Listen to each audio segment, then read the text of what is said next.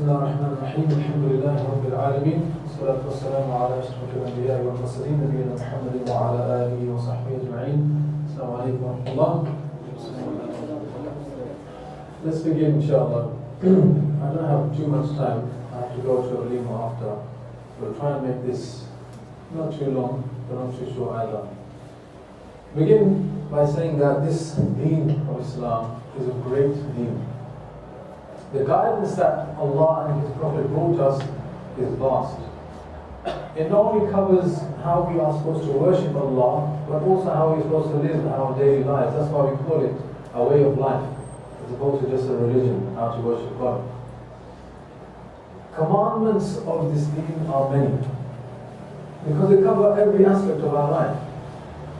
But there's one aim behind every single one of those commandments. There's one spirit that goes from the very beginning right through the whole religion and to the end.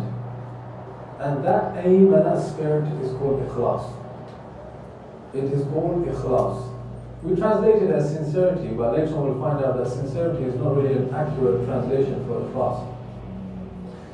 You know, Allah subhanahu wa ta'ala ordered us to be sincere to Him, have Ikhlaas to Him. Allah subhanahu wa ta'ala said, وَمَا أُمِرُوا إِلَّا لِيَعْبُدُوا اللَّهَ مُخْلِصِينَ لَهُ الدِّينَ حُنَفَاءَ in Surah Al-Bayyinah.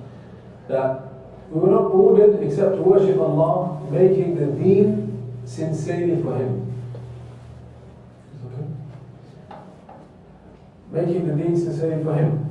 And Allah subhanahu wa ta'ala said, قُلِ اللَّهُ أَعْبُدُ مُخْلِصًا لَهُ دِينِ. That say, O Prophet, that I worship Allah, make my deen sincerely for Him. So it's an order from Allah to be sincere. Now before we get into the definition of Ikhlaas and some of the technicalities, what we'll do, we'll start from the end. And the end is all about the positive consequences of having Ikhlaas in one's life. From the fruits of Ikhlaas. Now there's three stories I will relate to, inshallah. And the lessons from each of these stories is a lesson of Ikhlaas. The first story is that of Waraqah ibn Nawfal, radiyallahu ta'ala. Who knows who Waraqah was? Who was Waraqah? Monk. Okay, he was a monk. Okay, but where does he fit in? Was he someone living recently? Yes, this was the cousin of the wife of Prophet Khadija radiyallahu ta'ala. He was a Christian monk. And he was an old man. There's only one incident that happens in the Sirat which relates to Waraqah ibn Nawfal, and that's the revelation, the very beginning of revelation when it came to Prophet. We won't go through the whole story, but Aisha radiallahu ta'ala, she narrated it in Sahih Bukhari, what happened when the Prophet went to the cave and when the revelation came to him, Jibreel visited him, and afterwards he came down and he went home to his wife Khadija radiallahu ta'ala, and you know what she said to him.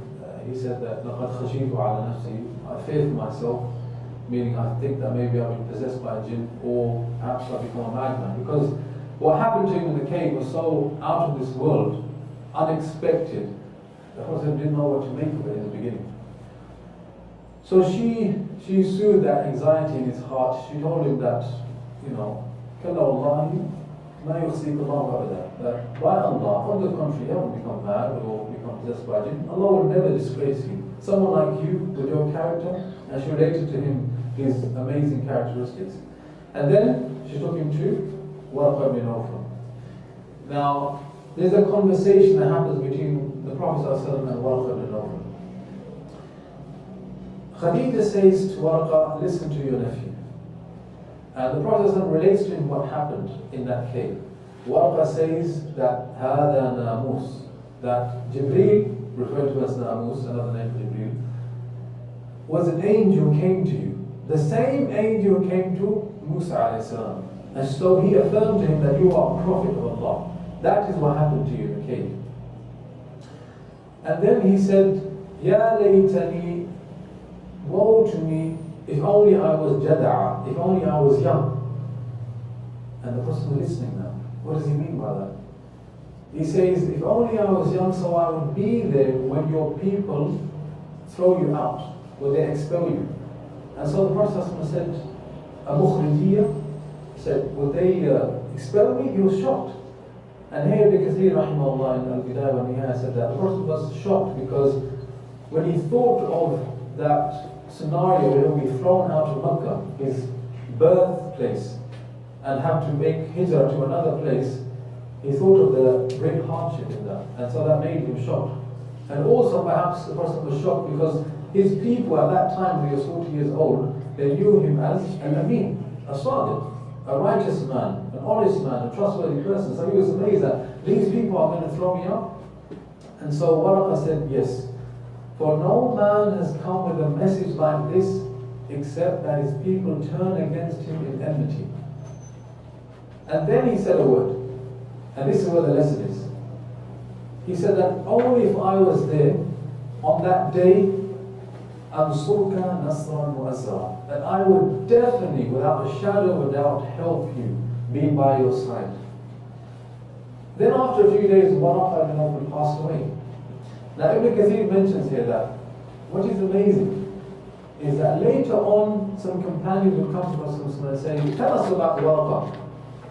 They weren't sure, was he a companion like us? What was his status exactly?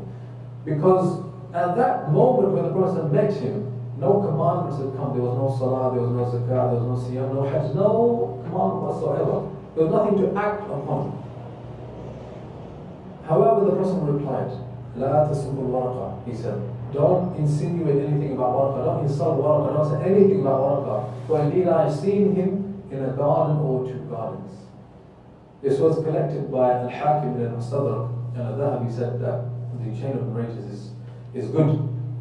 In another narration, the Prophet said that don't say anything about Waraqah, for I have seen him swimming in a river of paradise. SubhanAllah. He had attained Jannah, and not only Jannah, but a lofty position in paradise. And who was affirming that? The Prophet himself. So Ibn Kathir says, look at this. This shows us something. This shows us niyatu salihah lil mustaqbal. This shows us that Waraqah ibn Nawfal, he had a righteous intention. A righteous intention for the future, for what lay ahead. And because of his righteous intention, he was rewarded for living that life even though he passed away. So this teaches us one lesson, one fruit of Ikhlaas, that Allah will reward you for a deed even if you are incapable of performing it.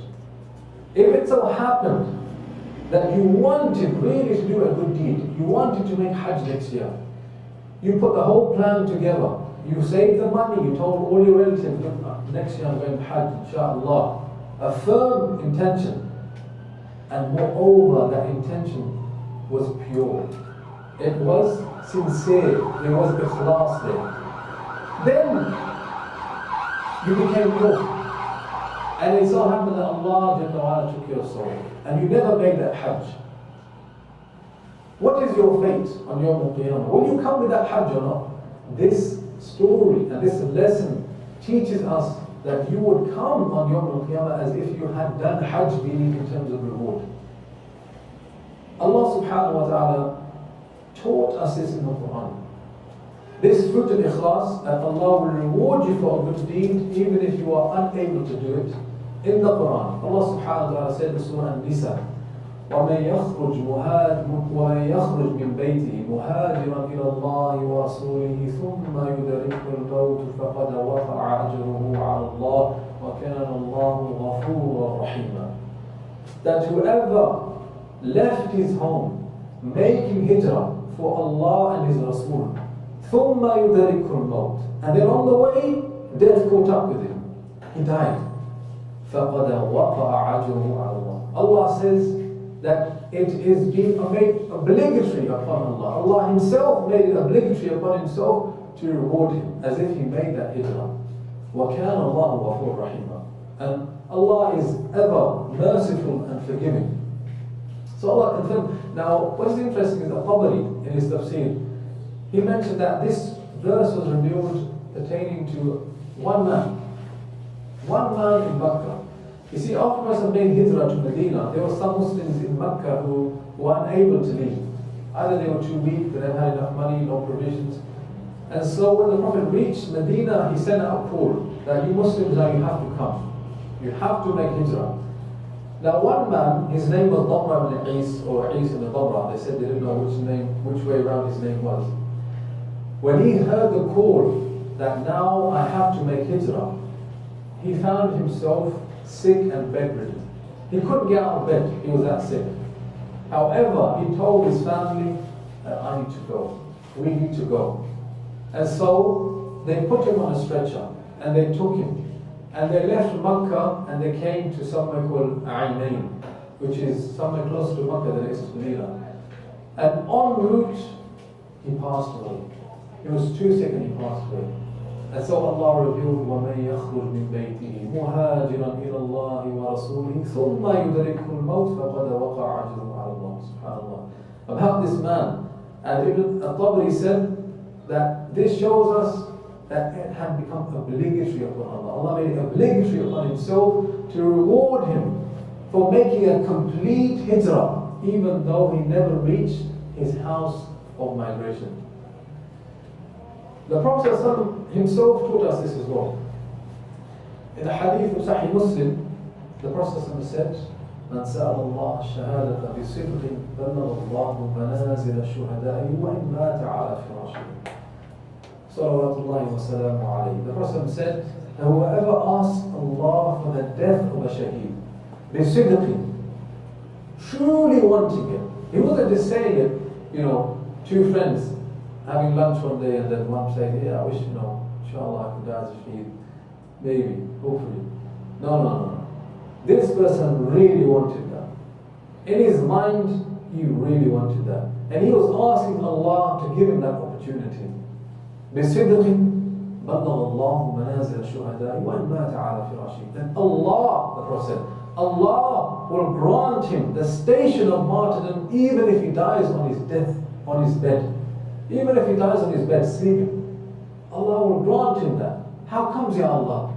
Yeah, because Allah saw in his heart that he truly wanted it. And it just so happened that he was unable to have that opportunity, and so Allah will write it for him, as if he did that deed, and that reward would be given to him. Okay, Allah Ghafur Rahima. So this is one fruit of Ikhlaas. That Allah will reward you for good deeds, even if you are unable to do it. Now based on that, we should make a plan.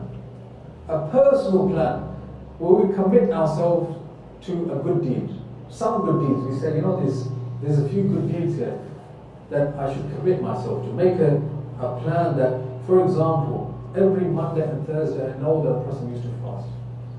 And for however long I live, maybe I live to 60, to 70, to 80, however long I live, I will continue to fast those Monday and Thursday fasts. Now if it so happened that you passed away the following day, by Allah, Allah would reward you as if you fasted all those years. Can you imagine? You haven't done anything. It is all up here, all in here, in the heart. This is the place of Ikhlaas. A plan. Let me do certain good deeds. I will do them, and I will make a plan to do them, inshallah, for the rest of my life. And inshallah, if Allah gives me the opportunity, I will do them. But if it so happens that I become sick and I can't do it, then you should know that Allah will reward you. Now the second story. The second story is that of Wahshi ibn Harb. Who was Wahshi? Who knows who was Wahshi? You know who Wahshi was? Okay. Who can help the young brother? Who knows who Wahshi was? Yes. The man who killed the uncle of Prophet Hamza radiallahu ta'ala. This story, Allah, is a very painful story. However, it has an amazing fa'idah in it. Wahshi, in the 3rd Hijri year, 3 years after Prophet made hijrah to Medina, the Quraysh gathered together a formidable army of around 3,000 men, 3,000 warriors. They had around the same number of camels, so they had 3,000 camels. They had 700 horses, and I think 700 also men armored to the teeth, basically. A huge army. They were going out to crush the Muslims in revenge for what happened the year before, which was Who knows what happened the year before this? The Battle of Badr. The Battle of Badr is what happened in the second Hijri year. This was the Battle of Uhud now. So whilst they're making preparations, Jubayr ibn Mut'im, who was the master of this slave, Wahshi ibn Harb, he said, I'll make you a deal. What's the deal? You assassinate one person for me and I will grant you freedom. You're free. You won't have to be my slave anymore. Who was that one person? It was none other than uncle of Prophet Hamza radiallahu ta'ala, a beloved uncle of Prophet. So Wahshi is a slave. He said, okay, no problem, I'll do that. Now later on he becomes a Muslim and he narrates the story firsthand as to what happened. And Ibn Kathir rahimahullah mentioned that in Al-Bidayah wa Nihayah. The narration goes like this. Wahshi says that I accepted that offer and I went to Uhud and I never went out for anyone. I never tried to kill anyone. I waited only in ambush for him, for Hamza. And I saw him as I waited in ambush. And by now he had already killed 2 flag bearers. For Hamza was a formidable fighter, very brave, and he was a towering figure, a huge man. He had already slain 2 flag bearers. You know, in those times, the ones that would hold the flag were the ones that were showing everybody that our army is still ready to fight. Once a flag falls, it means that these people are about to fail. So Hamza had already taken the life of 2 flag bearers. Wahshi says, now I saw him engaging in battle with one of the Qurayshi men. And so I took my mark and I let my spear fly. And then I saw it pierce him beneath the navel and go right the way through. And at that, Hamza turned to me and staggered towards me. But alas, my fatal wound was too much. And he fell back in the throes of death. Allah Jalla wa'ala took him as a shaheed. Asdullah, the lion of Allah. Something that grieved the Prophet tremendously. Then he says, I went back to Makkah. I didn't go for anybody else. I went back to Makkah and I said to the family of Jubayr, now give me my freedom. And so they gave me my freedom. And I lived as a free man. But only some years later, in the 8th Hijri year, I heard that Muhammad now is coming to Makkah as a conqueror. And so I fled. And I fled to Taif. And there I began to think about the evil deed that I did. How beloved this man was to Muhammad and how I took his life. Guilt began to consume me. And so he said that I began to drink alcohol. I became a drunkard. And I had a courtyard there in Taif. I would sit there all day long, drink. And in the night I would sit there in a drunken state. And then I heard that now the people of Taif are about to accept Islam. And so I said to myself, now where will I go? Will I go to another Arabian tribe, or will I go to the Romans or Byzantine? And when I was about to make my move, somebody came to me, a man came to me and he said, you know this Muhammad, he's a merciful person. If you accept his religion, he will forgive you. So he said, I went then to Medina and I found myself in front of the Messenger of Allah and I said, Ashhadu an la ilaha illallah, wa ashhadu anna Muhammad Rasulullah. And at that, Prophet looked at me and he said, Anta Wahshi? Are you Wahshi? He said, yes. He said, come and sit. Sit here and tell me how you took the life of my uncle. And so Wahshi did that. He related to him the whole story of what happened. And then the Prophet ﷺ said to him, now go Wahshi. Go and I never want to see your face ever again. SubhanAllah. Imagine that. The Prophet of Allah is saying, I don't want to see your face again. You see, the Prophet had forgiven him. A man who accepts Islam, that acceptance of Islam wipes out everything he did in the past. However, the pain that the Prophet would feel when seeing the face of Wahshi, and thereby remember his uncle Hamza, was too much to bear. And so he said to him, I never want to see your face again. So Wahshi says that for the rest of the Prophet's life, I had to avoid him. Wherever he went, I had to make sure I wasn't there. Imagine that. When I was reading this part of the story, I thought to myself how painful it must have been for him to hear that from the Prophet that I want to see your face again. But then I thought to myself that on Yawm al-Qiyamah, there will be men and women who Allah Jalla wa'ala will also not want to look at. Allah will not want to speak to them. And Allah subhanahu wa ta'ala told us about them in Surah Al-Imran, where He said, إِلَّا الَّذِينَ يَشْتَرُونَ بِعَهْدِ اللَّهِ وَأَيْمَانِهِمْ ثَمَنًا قَلِيلًا أُولَٰئِكَ لَا خَلَاقَ لَهُمْ فِي الْآخِرَةِ وَلَا يُكَلِّمُهُمُ اللَّهُ وَلَا يَنظُرُ إِلَيْهِمْ يَوْمَ الْقِيَامَةِ وَلَا يُزَكِّيهِمْ وَلَهُمْ عَذَابٌ أَلِيمٌ. نسأل الله السلامة والعافية. Allah subhanahu wa ta'ala said, and indeed those that sell the covenant of Allah and their oaths for a petty price, ثَمَنًا قَلِيلًا, for them there'll be no share of the akhirah.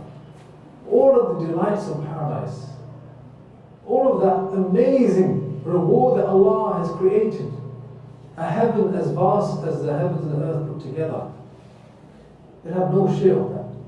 How come, Ya Allah? Because they chose to do those things and chose to have enjoyment in those things that I told them these things displease me. Don't do them. They chose that, and because of that, they sold their place in paradise. You see, enjoying oneself, that's not the problem. Having a laugh, that's not a problem. Allah gave us the desire for women, but then He also gave us the avenue to use that desire. Get married, no problem. But now you commit zina. You seek enjoyment in that thing which I said displeases me. And by doing that thing, you sold your share in the akhirah. And those people, Allah subhanahu wa ta'ala said, لا يكلمهم الله. Allah will not speak to them. Allah will not look at them. Imagine that. Allah, the one who created us, the one who is taking care of us, now He's saying that there are some people out there, I will not speak to them, I will not look at them. وَلَا يُزَكِّيهِمْ, I will not purify them. وَلَهُمْ عَذَابٌ أَلِيمٌ, and for them is a painful punishment. May Allah not make us of those people. And so Wahshi continues his story. For after the Prophet passed away, he said, I wanted to right my wrong. I wanted to make up for that evil deed that I did in the past. I wanted to show Allah that, Ya Allah, I'm so sorry. I want to do something to correct what I did in the past, to make up for it, to cover it up. And Allah gave me that opportunity. For in the time of Abu Bakr as-Siddiq radiallahu ta'ala anhu, when he became the Khalifa, many Arab tribes began to apostate. Some of them refused to give zakah. And so Abu Bakr said, if they refuse to give zakah, it is as if they refuse to pray. If they refuse to pray, they're no longer Muslim. So I'll fight them. Now, the head of these apostating tribes was Al-Musaylimah al-Kadhab, the false prophet, the liar, Al-Musaylimah. And he lived in a place called Al-Yamama. So Wahshi said, when I heard that the Muslims are going to Al-Yamama to fight Musaylimah, I took that spear. That same spear that I took with me to Uhud, and I went there, and I never looked out for anyone except him, Musaylimah. And I waited in ambush, and when I saw him, I took my mark and I let my spear fly. And I saw it pierce him right the way through. But at the same time, an Ansari also struck him a blow, and only Allah knows who took his life. You see, it is amazing how Allah made for him an opportunity to right his wrong. How comes Wahshi not only had that opportunity, took that opportunity, and it was on the same level as if taking the life of that great man, Hamza radiallahu ta'ala. Because Allah saw in his heart Ikhlaas. Allah saw in his heart a sincere plea to him that, oh Allah, I am sorry. Oh Allah, forgive me for that wrong that I did. Let me make up for it. Let me do something. Let me show you, Ya Allah, that I am sorry. And so Allah made for him a way out. This is another fruit of Ikhlaas. And it is called Tawfiq. Tawfiq. What does it mean when we say Allah give us Tawfiq? It means Allah make it easy for us to do good deeds. And so that's exactly what happened to Wahshi. Allah made it easy for him to do that deed. Now Allah subhanahu wa ta'ala taught us this in the Quran. He said, فَمَنْ أَعْطَى وَاتَّقَى وَصَدَّقَ بِالْحُسْنَى فَسَنُيَسِّرُهُ لِلْيُسْرَى. Many of us know these verses, but we never pondered over the meaning. The meaning is amazing. Allah subhanahu wa ta'ala said, whoever gives sadaqah, wattaqa, and he fears me, he has concern of me, وَصَدَّقَ بِالْحُسْنَى, and he has given testimony to my tawheed. He has believed in me as his Lord, the only one to be worshipped. He has done this, now we will show you what we will do. فَسَنُيَسِّرُهُ لِلْيُسْرَى. We, Allah said we will pay for him the way to ease. Meaning we will make it easy for him to do good deeds and by that earn his station in paradise. فَسَنُيَسِّرُهُ لِلْيُسْرَى. This is tawfiq. That Allah looks to your heart and He sees, is this servant of mine sincere for me? Does he really desire me by that good deed? If he does, we will make it easy for him. Wallah ala kulli shayin qadir. Allah is over all things competent. Allah can make anything happen. Well, why does it happen for that person? Yes, because that person had Ikhlaas. So this is another fruit of Ikhlaas. The Prophet ﷺ also taught us this, that Allah will make it easy for you to do things if you have Ikhlaas. In the hadith of Sahih Muslim, the Prophet said that من أخذ أموال الناس يريد أداءها أدى الله عنه ومن أخذ يريد إتلافها أتلفه الله. Subhanallah. The Prophet said that whoever takes the money from somebody, whoever borrows money from somebody and once desires to pay it back, أدى الله عنه, Allah will pay it back for him. Meaning Allah will facilitate that, make that very easy for you. Allah will place barakah in your wealth so you have excess and so it's easy for you to pay that back.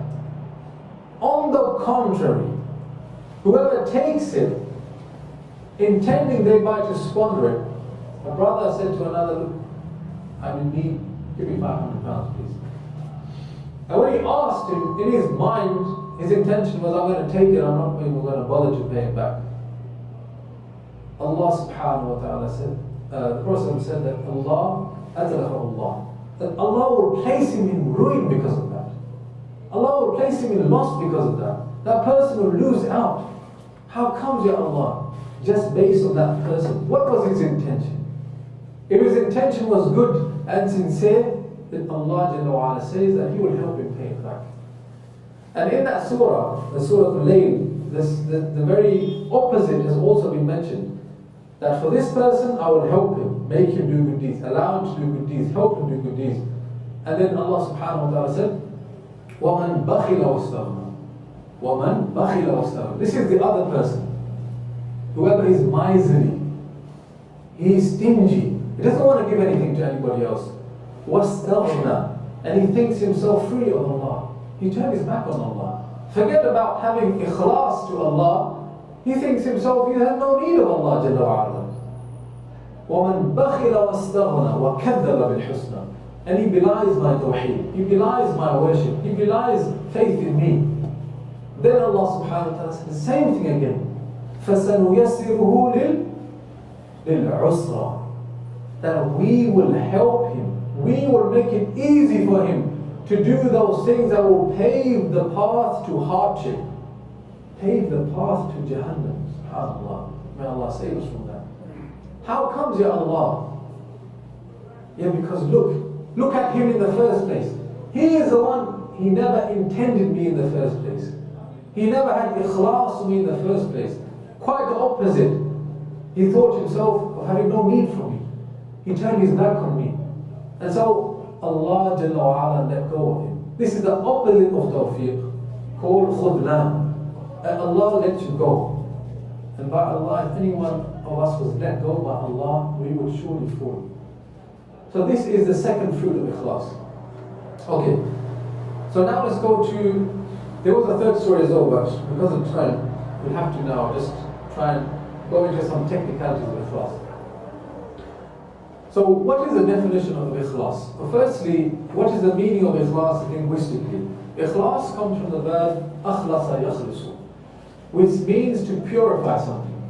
You know, the ancient Arabs, they would say خالص النسل, referring to camels, that this camel is of a pure breed, meaning that there's certain lineages of camels that are very prestigious, very valuable. And that lineage is kept pure by making sure that those camels only breed with the other camels of the same lineage. So they would refer to those camels as khalis, you know, pure breed. So linguistically, Ikhlaas comes from the verb akhlasa yakhlisu, which means to purify something. Purify something from contamination. Contamination. So in this case of the camels, the contamination is that it was bred with camels from another lineage. So Islamically, religiously, what does it mean to have Ikhlaas? Ibn Qayyim rahimahullah, he said that Ikhlaas is to single out al-haq, to single out Allah subhanahu wa ta'ala and make Allah your concern behind all acts of devotion. Now this teaches us something. It teaches us that there are some actions that you must have Ikhlaas in. If you don't have Ikhlaas in them, then you may well be punished. What are those actions? What are the actions that you have to have Ikhlaas in?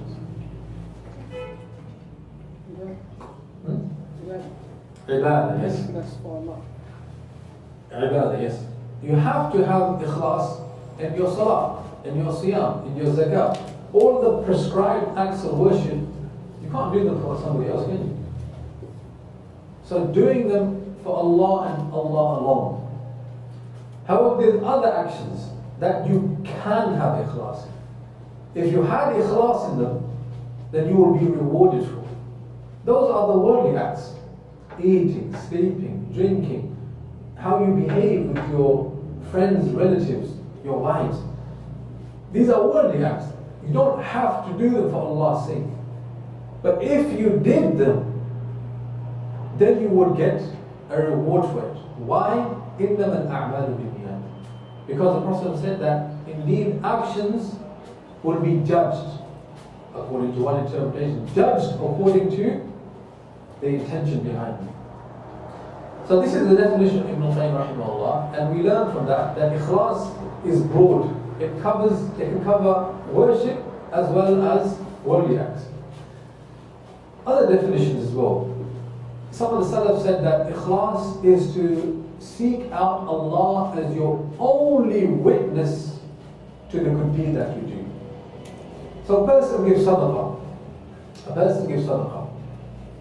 And when he's giving that, even though there's a fundraiser, many people around him, and there's a man at the front, he's calling out, who will give £1,000? The brother puts up his hand. However, in his heart, he wished that no one saw him, only Allah was his witness. That person had Ikhlaas behind giving that money. He only wished and wanted that Allah was the sole witness for his good deed. And that is why some of the Salaf said that the true mukhlis, the true person of sincerity, is the one, now listen to this, is the one who dislikes that people come to know his good deed just like he dislikes for them to come to know of his sins. Amazing. He doesn't like, why doesn't he like it? Why doesn't he like it that I'm praying Salah right now, nobody was here, and then somebody walked in. He doesn't like it. Oh, why did he see me? Who can explain to us why does he dislike that? Why does he dislike that? Who can come up with an answer? Because it's going to disturb him. Okay, it's going to disturb. What is it going to disturb though? He's trying to pray for Allah's sake alone. So when somebody walks in, how would it disturb him? By talking or chatting. Okay, yeah. But let's say the person doesn't talk or chat. Who can help the brother out? He wants Allah to see him. Okay, he wants Allah to see him, but the thing is, the person walked in, Allah is still seeing him. How did that disturb him? it challenges his nafs. Ah, okay, carry on. What do you mean? Explain. Example. Anybody can help brother? I think as people we like to have like, I don't know, like praise or like acknowledgement of what we're doing, or actions. So Yes. when we know Allah's watching and someone else comes in, maybe like our intention might change to like, maybe he's acknowledging us now. Good, Yeah. good. Okay, the brother got it. This is a potential contamination of the Ikhlaas. A contamination. Somebody walks in, maybe my mind now is that I'm praying for Allah, and then somebody walks in as well. They will see me, they will say, this brother, mashallah, is praying. That contaminates the Ikhlaas. That's why linguistically Ikhlaas, amhad al-shay, that you purify something, like water. If it becomes contaminated with some oil, and that oil is removed from the top, it's made khalis, it's made pure again, no contaminations. Okay, very good. Some of the Salaf also said that, Ibn Taymiyyah rahimahullah actually said that the sincere person, or he said that it is said that the mukhlis, it is said that the mukhlis is such and such person. Who is such and such person? The person, it doesn't bother him if the value that he has in the eyes of other people falls. If, as a consequence, he is able to keep his own heart pure to Allah. Now what that means is that, say if I stood up, maybe outside, and I started doing da'wah, for Allah's sake alone. And I did it in a good way. I wasn't shouting, screaming. I was doing it in a good way, with etiquette. And then the people around me, Muslims, let's say Muslims, in some areas, you don't find people doing da'wah outside, openly. So these Muslims, they walk by and they say, why is he doing this? He's going to cause a commotion, the people are going to start looking at us, drawing unnecessary attention, blah, blah, blah. And so, the value that this person had in their eyes begins to fall. But the mukhlis, the one of sincerity, he doesn't care about that. No problem whatsoever. I know that I'm doing something that Allah wants of me. I'm doing it for Allah's sake. So it doesn't matter if they begin to think less of me. Showing you an insight into a mukhlis. How he thinks, how he behaves. What is his concern? He's not like any other person. That's why some of the Salaf said that the mukhlis, he is really and truly the only one who knows what riyah is. He's the only one who knows what showing off really is. How comes? Yeah, because he's weary of all of those things that contaminate Ikhlaas. And moreover, this is the point, he knows how difficult it is to have Ikhlaas. How difficult it is. And that's why there's a famous statement of Sufyan al-Thawri rahimahullah, that I've never found anything more difficult upon myself like niyyah, meaning Ikhlaas. إِنَّهَا تَتَقَلَّبُ عَلَيْهِ. For it is always changing, always coming back in another shade, always coming back in another form. When I thought I dealt with it, all of a sudden I realized, no, maybe I'm not sincere after all. Let me work with it again. Now, contamination can come in many ways. One of the Salaf said that to have Ikhlaas is to make sure that that pure, sincere intention does not become contaminated by hawa, by nafs or dunya. 3 things he mentioned, showing us that contamination has many shades. Dunya. This one is an obvious one.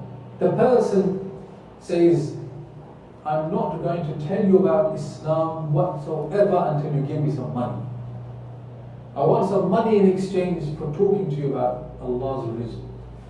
Ya akhi, you're supposed to tell people about Allah's deen based on need, not based on money. And this is why you find many times in the Quran that the people know the truthfulness of the prophets because لا يسأل أجر. They don't ask for ajr, a wage.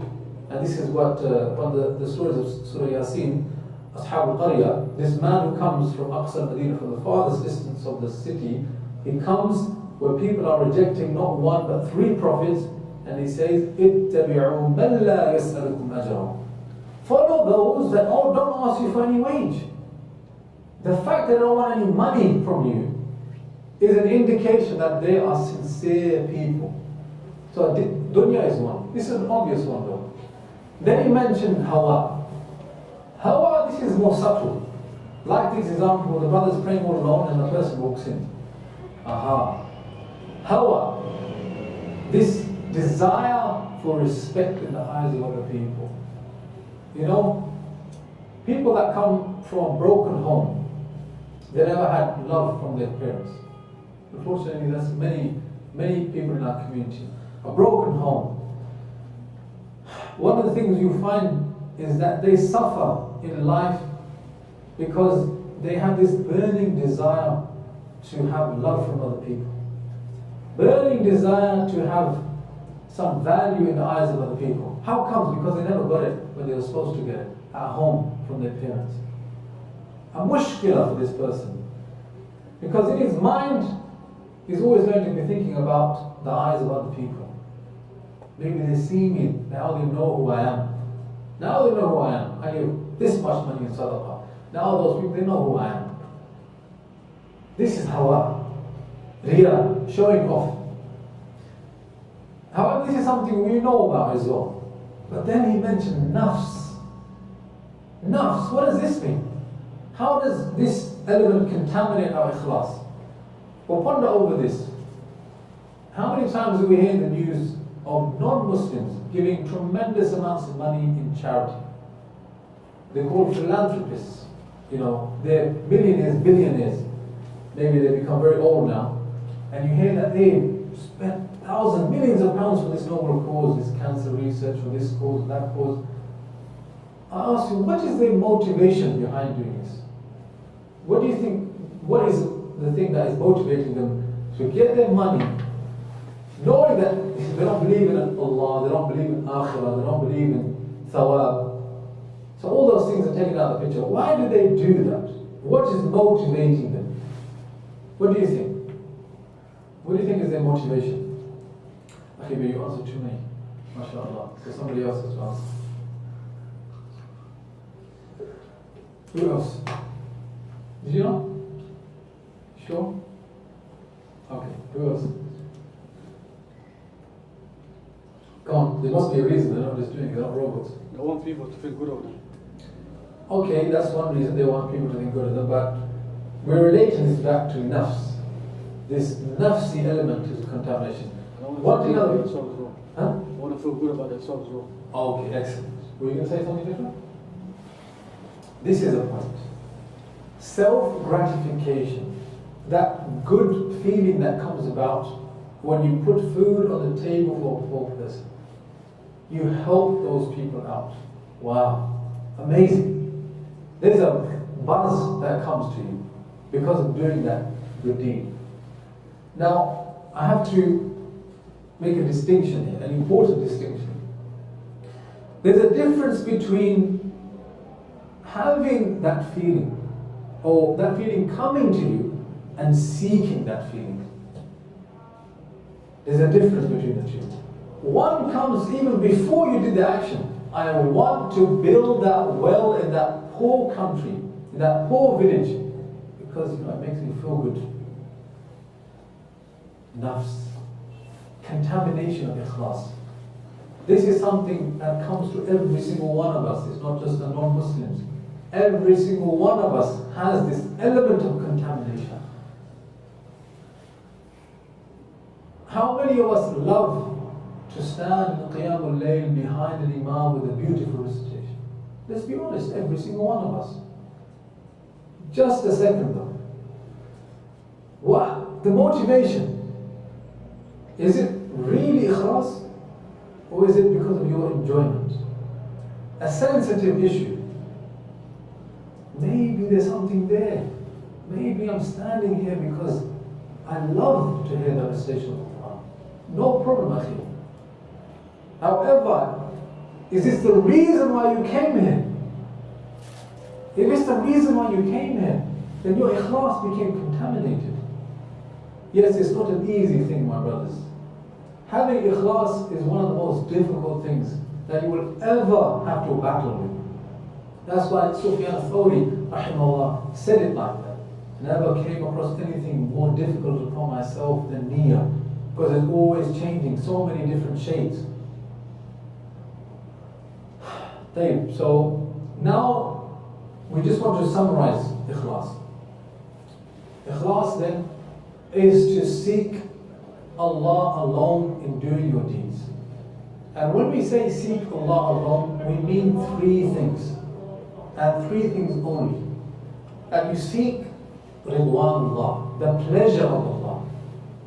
That today I will go home and I will smile at my mother and I will massage her feet or something else that she loves, just because Allah will be pleased with me for doing that. Ikhlaas. The second, I will give this sadaqah just because I want that reward from Allah. I want that reward. I desire that house, that palace in paradise. I just want that. That's the only reason. The only reason. Ikhlaas. He wanted that reward. From who? From Allah Jalla wa'ala. One point to note here.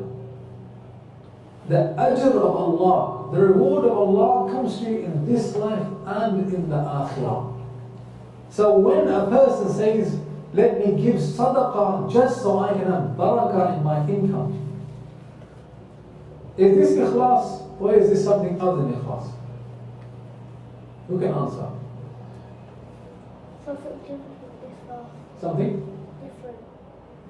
No. It's to do with ikhlaas. Because he is saying, I want the reward of giving sadaqah. And one of the rewards is barakah. And all of that goes back to Allah Jalla wa'ala. He's not thinking that somebody else is going to give that barakah to him. So the third is that you seek by doing a good deed. Let me stand and pray 2 rak'ah. 2 rak'ah. Just so that Allah may save my neck from the fire of Jahannam. Savior from the fire of Jahannam is the third, if you like, element that Ikhlaas revolves around. Only these three things. Everything else is a contamination. Be that from the dunya, be that from your own desires, be that from your own nafs. All of that is a contamination. So Ikhlaas is to try your level best to make sure that my intention behind whatever I do, in particular my acts of worship, is either the pleasure of Allah, the reward of Allah, or savior from the fire. Okay, we finished with one misconception. When we speak about Ikhlaas, people have this one misconception, which is that, when I stand to do a good deed now, I think to myself, I'm not really sincere. I'm not totally sincere. Maybe I'm giving this sadaqah because I want reward from Allah, but at the same time, people will look at me, they will say, well done, they will praise me, etc., etc. I'm not sure. Therefore, let me abandon that good deed. Let me abandon this good deed. Let me just not do it. Well, I have come across people of knowledge who have been trapped by this trap of shaitan. That is what it is, a trap of shaitan. But imagine, ask you by Allah, is it possible for a person to have 100% ikhlaas? Is it possible? It's not possible. Therefore, based on this understanding, you can never do any good deeds. Khalas, just give up good deeds. Because you never have 100% ikhlaas. See, if you did that, you would be worse than shaitan. For you are somebody who testifies of a belief in Allah and the last day, but does no good deeds, no worship. Shaitan disbelieves from the get-go. So the solution is to recognize that Ikhlaas is something you will need to struggle with day in, day out. And It is a struggle that happens before the deed, during the deed, and even after the deed. Even after the deed. So the solution is to struggle. To struggle. And Allah created us لِيَبْلُوَكُمْ أَيُّكُمْ أَحْسَنُ عَمَلًا. That's the whole purpose behind our existence. To struggle and to strive. And what is the reward for doing good except good? Allah subhanahu wa ta'ala said, you struggle, فَلِأَنفُسِكُمْ. You struggle is only for your own self. And the struggle is the very, purpose behind our existence here. To struggle and to show Allah, I will continue to struggle and turn back to you. Turn back to you. Whatever problem that you place me in, I will turn back to you. So don't be like the person, who says to himself, maybe I'm a hypocrite, I don't know if I'm doing this for Allah's sake or not. Khalas, let me abandon this. No.